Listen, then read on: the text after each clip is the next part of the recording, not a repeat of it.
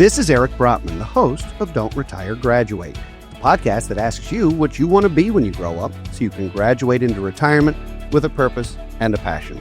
Welcome to our Diary of a Financial Advisor segment, where we interview financial advisors about their professional journeys and their passion for helping others succeed. Today, I'm pleased to be joined by Cody Niedermeier. He's a second-time guest here on Diary of a Financial Advisor. Cody joined BFG Financial Advisors as an investment operations associate in October of 2019 and transitioned to the advisory team at the end of 2020. In 2023, he advanced to the role of advisor and became a company shareholder in 2025, and we're going to talk a lot about that today. Cody's passionate about guiding people and families through all stages of life. He's played a tremendous role in supporting the firm's financial planning for all initiative, and he graduated from the University of Maryland, where he studied marketing and captained the soccer team as the goalie.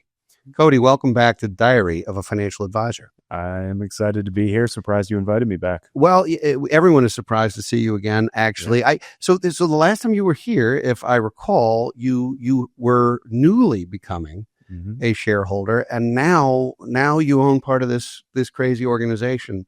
I want to talk a little bit about your journey to getting here, from deciding you wanted to do this for a living to getting to the point where you said, I am not only on this bus, but I'm putting my money where my mouth is. Yeah, truly. And I mean, it all comes back to our first conversation way back when, which came through a mutual friend, and networking is the name of the game of how we got here. Well, you started in marketing. You studied marketing, which, everyone knows business degrees are really tough to earn except for marketing. So we understood why you did that as a D1 athlete. Yep. That made a ton of sense. Yep. I'm only kidding to you marketing folks out there. Please don't come after me on Twitter or anything. You started here. You went through all the different roles. You learned the business. You did your licensure. You sat sort of side saddle for the better part of 5 years. Mm-hmm. That's a hard thing to do. It's a very hard thing to get young people to be willing to do that. Basically, an apprenticeship. Mm-hmm. And sometimes people are in a hurry. I know you certainly aren't, but young people are in a hurry. They want to be CEO and have the corner office right away. And I will tell you that takes a little bit of time. But what was that like, knowing that you had an extensive journey ahead of you and that it wasn't going to be a click your heels twice and poof, you're a financial advisor like you see at some of the organizations out there? Yeah, definitely not easy, especially coming from my background, sports all throughout high school and college, getting into the industry and figuring out and coming to the realization, I want to be an advisor. I want to be a leader at this firm. And to be quite honest, there were a lot of hard conversations along the way, which I needed. I needed to learn the process, especially starting back in investment ops, learning the backside of things before I could move my way and earn my way up through each position to get where we are now. Becoming an advisor, becoming the go-to for my clients and our clients as a whole. And then from there, just digging more and more into believing what we do here at BFG and putting my money where my mouth is, like you alluded to in January of this past year. So becoming a shareholder of an organization like this is people may not realize, it's a major financial undertaking. Yeah. It's a mortgage. Yeah. And it is a mortgage for the better part of a decade. Mm-hmm. So that had to be something that you and your wife thought about long and hard before you decided that was a thing. What was that decision process like? How did you come up with the decision? Yeah, I'm on this Kool-Aid. I'm in. Let's make this a career instead of a job.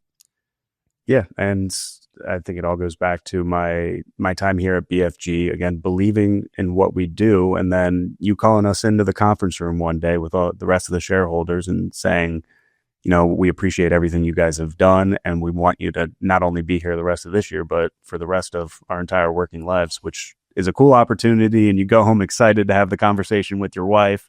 And then she knocks you back a few pegs of, hey, did you see the dollar bills that are written on this sheet that it's going to take to do this? So, we took a few months, and you were respectful enough to give us that time to make that decision. And through many of conversations, we came to the realization that this is the place we want to be. I feel called to what we do here, which is a very cool thing. And I think a lot of people in the workforce are looking for that. So I'm lucky enough to have that. And then get this opportunity. We decided this is what's best for our family moving forward. And my wife gave me the okay, which is what it ultimately comes down to. Yeah, we know who the boss is in the Niedermeier Absolutely. house. No question about it. So when you become a shareholder, when you're in that seat, there are some responsibilities that come with that. It's not all unicorns and spit bubbles. Sometimes it's tough conversations. Sometimes it's different plans of work. Sometimes it's being held to a different standard in front of your peers. So this is, even if it's not a management position, it is a leadership position, and they're very different. Leadership and management are not the same thing. I consider myself a pretty darn good leader and a god-awful manager. So I manage no one. And that's best for the company, and it was made at a very high level in conversation. It was done on purpose, but it was done in such a way that there is, in fact, a difference. And so being a leader in the clubhouse means that you've got a whole nother generation of these folks who are now doing that 5-year apprenticeship, who are looking at you going, hey, I want what he has. I want to do what he did. How much additional pressure does that put on you, you think, as not just a financial advisor working with clients, but also as a leader in the clubhouse working with teammates? I think it's something that I truly enjoy and was looking for. Again, going to the sports background of, captaining the soccer team at Maryland, it's something that I've honestly kind of been looking for since soccer ended. And to provide that opportunity here, I mean, it's awesome. I've done so many different roles here that I can relate and talk to people in different positions, whether they want to be on the path that I have gone on or they want to veer off and go down a different path. So I love building those relationships. That's why I also love what I do on a daily basis of working with our clients. Is I love building the relationships, empowering my colleagues, my clients, to achieve the things that they want to accomplish, which I view as more of an honor than a right to be able to do so. So in our business, in the financial advisory space, right now, there is an enormous amount of pressure on firms to grow and specifically on firms to monetize. Lots of firms are going down the road of private equity where they become corporate owned and they become rolled up and they become some huge part of some huge entity rather than being the size we are. We have 20 people. It's not an accident that we've grown in the way we have on purpose and that we're adding people to the bus. But the real reason for it, and for anyone who's watching, who's sort of followed this show and maybe our company for all these years, I am in a position where I do not want to do that. I do not want to bring in some buyer for the next generation to come in and then work for. I really think it's going to take 10 or 12 people to be able to do the next generation buyout and be able to perpetuate this into the future. And as far as I'm concerned, Cody, my legacy depends on it. I mean, I am in the process of reinventing myself. I am, in fact, graduating. Literally, I am going through that now. And you just graduated from being an advisor to being a shareholder and advisor and leader in the clubhouse. And there'll be more in the evolution coming. For me, it's been a new experience to empower those around me. What do you say to college students, juniors, seniors, whatever, who are looking for work and are trying to figure out where they're going to go and maybe are being enticed by the quick buck or the shorter path or the sort of the backdoor way to get in someplace? What do you say to them, having gone through this for what really felt like at the time for you? I know, a long time. I think it's, again, use your network. Number one, don't be afraid to kick the tires at more than one place. That first offer is going to feel real good when it comes across and you see a number on a page, and that's not the end all be all. It could be, luckily, but most likely you're going to have to do some research, use that network around you, but also interview them. Don't just let them ask you questions. You want to find a place culturally that you want to be at, a place that you enjoy. And I mean, coming from what we do, there's more to life than money. Work to live versus live to work is a very, very real concept that I think people overlook, again, when they're just trying to get that next dollar. So find a place that's going to feel like home, find a place that you want to grow in, and it's okay if that changes over time. And I think realizing that is key too. That's very qualitative, and I'm in total agreement with you. It makes total sense. Let's also now do some math, because we're in the math business. If you were to be coming out of school and you were to get a job offer, and let's say that job offer was paying you $10,000 a year, more than job offer B. But job offer B allowed not only for you to do the things that you want to do, but to grow into and have a path. Whereas job offer A was going to have, 2 or 3% the standard of living increases and not a whole lot of room for advancement. It reminds me a little bit of the tortoise and the hare. Yep. Not to get all philosophical here on you, Cody, but English major. But it was the extent of my literary background. But every time I hear that, the tortoise wins. Yeah. Because it's not where you start, it's where you finish. And I know that as an athlete, you've done some runs, 5Ks, 10Ks, marathons, maybe. Yeah. You know that the best way to win a marathon is to come out of the gate sprinting. Yep, of course. Right? You want to sprint as hard as you can so that the next 25 miles you're walking. Yep. As opposed to just pacing yourself. And of course, I'm kidding.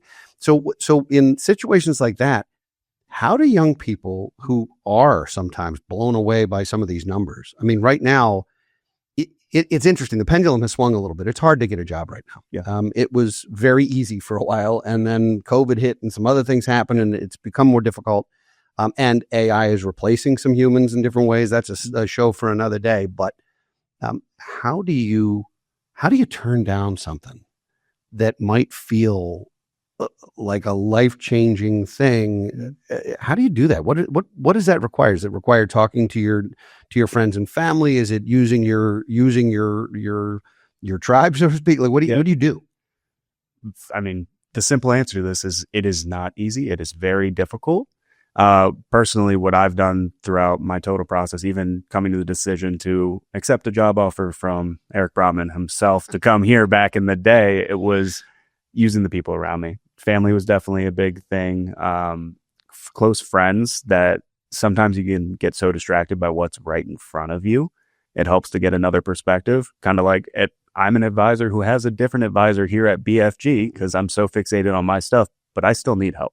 I need a different perspective to speak wisdom into me. So I think using the people around you is definitely a resource I've taken advantage of. And I would provide the advice to any of the next generation to use that to its fullest potential. So I tell people that we hire who want to be financial advisors that you're going to be overworked and underpaid for the first 5 years of your career. Accurate. And overpaid for the rest of your life, which means now you're being grossly overpaid, Cody. And I congratulate you for getting there. You worked for it. But it really, it's you hear these stories, and sometimes companies aren't being honest. Yeah. They're waving something in front of you where it got bells and whistles on it, or it's a sales job and you have to do things that you're uncomfortable with potentially. Did we keep every promise that we set out to keep with you? I would say, and more. And again, now I'm in the position where I get to speak that into the people who might lose track along the way too.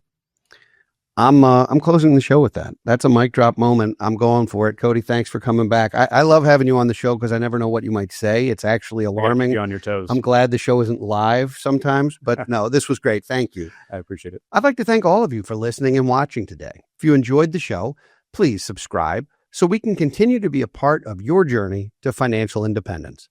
We'll be back next week with another engaging guest, and in 2 weeks with another entry in our Diary of a Financial Advisor. For now, this is your host, Eric Brotman, reminding you, don't retire, graduate.